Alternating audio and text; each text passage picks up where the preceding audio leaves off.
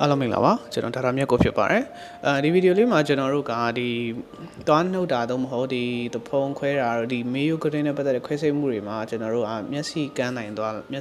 လားဒါမှမဟုတ်မျက်စိကွယ်သွားနိုင်လားဆိုရဲဒီအရက်စကားပေါ့နော်ပြောနေကြစကားတစ်ခုကမှန်လားမှားလားဆိုတာလေးကိုကျွန်တော်တို့ရှင်းပြပေးမှာဖြစ်ပါတယ်တော်တော်များများပေါ့နော်သွားစိတ်ကန်းလာပြီဆိုရင်ဘေးကအန်ဒီကပြောလိုက်တယ်သွားနှုတ်ရင်မျက်စိကန်းတတ်တယ်ဆိုပြီးပြောလိုက်တယ်ဒါပေမဲ့အဲ့ဒါမှန်လားဆိုရင်မှန်ပါတယ်ဒါပေမဲ့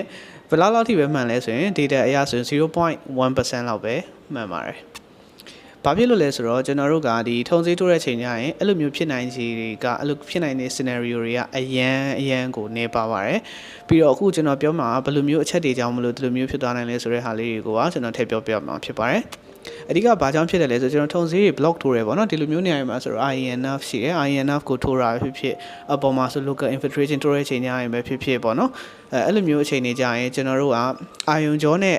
ပုံမှန်ဆိုရင်တော့ကျွန်တော်ထုံစည်းသည်အာယုံကြောတွေကိုတဲ့ကြီးထိုးရတာမဟုတ်ဘူး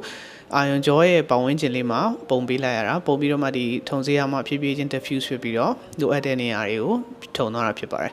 အဲ့လိုမျိုးအချိန်မှာကျွန်တော်ဆေးထိုးလိုက်တဲ့ထုံစည်းဆေးထိုးအပ်သည်အာယုံကြောမဟုတ်ပဲねဒီသွေးလွတ်ကြောသွေးပြန်ကြောတွေကိုဝင်သွားတယ် artery vein တွေဝင်သွားတယ်ဆိုရင်ဒီ artery vein တွေမှာတဆင်သူကbounce back ဖြစ်ပြီးတော့ reflex ဖြစ်တယ်အနောက်ကိုပြန်သွားတာဖြစ်ဖြစ်ဒါမှမဟုတ်အနီးဆက်ရာရှိတဲ့အာယုံကြောတွေအာယုံကြောတွေဖြစ်ဖြစ်ပြန်သွားတယ်ဆိုရင်ဥပမာမျက်လုံးနဲ့နီးဆက်တဲ့အာယုံကြောတွေပြန်သွားတယ်ဆိုရင်လည်းမျက်စိကွယ်သွားတာကန်းသွားတာဖြစ်နိုင်ပါတယ်ဒါပေမဲ့အခုလိုထုံစည်းကြောင်းမလို့ယာယီဖြစ်သွားထုံစည်းကြောင်းမလို့ဖြစ်သွားတယ်မျက်စိကွယ်တာမျက်စိကန်းသွားတာဒီယာယီပဲဖြစ်တာ temporary ပဲဖြစ်တာထုံစည်းအရှိန်ပြေသွားရင်ပြန်မြင်ရမှာဖြစ်ပါတယ်အဲ့လိုမျိုးဆိုမျက်စိနည်းနည်းမကြည့်တော့တာနည်းနည်းလေးဝါတတဖြစ်လာတာဒီခဏပဲဖြစ်တာပါပြီးရင်တော့ပြန်ပြီးတော့ပြေသွားတတ်ပါတယ်ပြန်ပြီးပြေသွားမှာပေါ့နော်နောက်တစ်ခုကကျတော့ကျွန်တော်တို့အပေါ်မှာပေါ့နော်ပိုအရှိသွားရင်နှုတ်တဲ့ချိန်ကျရင်ကျွန်တော်တို့ကစေးတွက်ကအရင်ခေတ်ကဆိုစေးတွက်ဒီပိုင်းတအားရှိရဆိုရင်သူကအပေါ်မှာရှိတဲ့ infraorbital nerve ရှိတဲ့အဲ့နေရာအထိကိုအကရောက်သွားတယ်ဒါမှမဟုတ်ထုံစည်းကအဲ့ပေါ်ထိကိုပြန်သွားတယ်ဆိုရင်လေသူကမျက်စိကွယ်တာတော့မဟုတ်ဒါပေမဲ့မျက်စိဖွင့်လို့မရတာမျိုးနဲ့ပတ်သက်တဲ့အခက်အခဲမျိုးတွေဖြစ်တတ်ပါတယ်အဲ့ဒါကတော့မျက်စိကွယ်သွားတာကန်းသွားတာမဟုတ်ဘူးမျက်စိဖွင့်လို့မရတဲ့အနေအထားဖြစ်ပါတယ်အဲ့ဆိုနောက်တစ်ခုကကျတော့ယောဂဘယ်အကြောင်းလဲကျွန်တော်တို့မျက်စိကွယ်တာကန်းနိုင်ဖြစ်နိုင်ပါတယ်ဘယ်လိုမျိုးတွေလဲဆိုတော့ကျွန်တော်တို့ဒီလိုမျိုး canine space infection တွေရှိမယ်အပေါ်သွားနဲ့ပတ်သက်တဲ့ကျွန်တော်တို့အပေါ်သွားတွေဒီကျွန်တော်တို့ဒီ sinus တွေဒီလေအိတ်တွေပေါ့လေအိတ်တွေ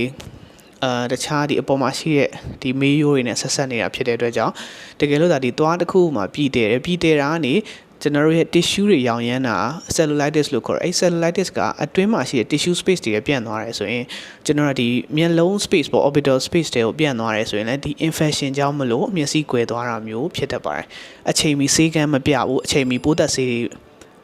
မတော့အသုံးမပြုဘူးပေါ့နော် IV သွင်းတာတို့ဆေးတောက်တာတို့မလုပ်ဘူးဆိုရင်မျက်စိဒါကွယ်သွားနိုင်ပါတယ်ဒီလိုမျိုးအချိန်ဆိုရင်တော့ကျွန်တော်တို့မျက်စိကွယ်သွားတဲ့ဟာကတက်လုံး permanently မျက်စိကွယ်သွားတာဖြစ်မှာဖြစ်ပါတယ်ဒါကြောင့်မလို့အရေးကြီးလို့သွားနှုတ်ရတယ်ဆိုရင်ဘယ်လိုပြောနှုတ်ဖို့လိုပါတယ်ဘာဖြစ်လို့လဲဆိုတော့သွားနှုတ်တိုင်းမျက်စိကွယ်တာမဟုတ်ဘူးသူလိုအပ်တဲ့အချိန်မှာတင့်တော်သလိုနှုတ်ရမယ်ခုနလိုမျိုးကျွန်တော်အထုံစည်းကြောင့်ဖြစ်တယ်ဆိုတာကမဖြစ်တဲ့လောက်ကိုရှားပါတယ်ဒါကြောင့်မလို့ကျွန်တော်အနေနဲ့ပြန်ပြောမယ်ဆိုတော့သွားနှုတ်လို့မျက်စိကန်းတာထက်ဆိုင်ဒီတကယ်နှုတ်ရမယ်သွားပြည်တယ်နေတဲ့သွားရောင်ရမ်းနေတဲ့သွားကိုမနှုတ်လိုက်ပဲနဲ့နောက်ဆက်တွဲဖြစ်စဉ်နေကြောင်းသာလျှင်မျက်စိကွယ်မျက်စိကန်းတာဖြစ်တာလို့ကျွန်တော်တို့ကောက်ချက်ချလို့ရပါတယ်ပေါ့နော်အဲ့လိုဆိုတော့တခြားမေးချင်တဲ့မေးခွန်းများရှိရင်လည်း comment မှာမေးလို့ရပါတယ်အားလုံးကျေးဇူးများတင်ပါတယ်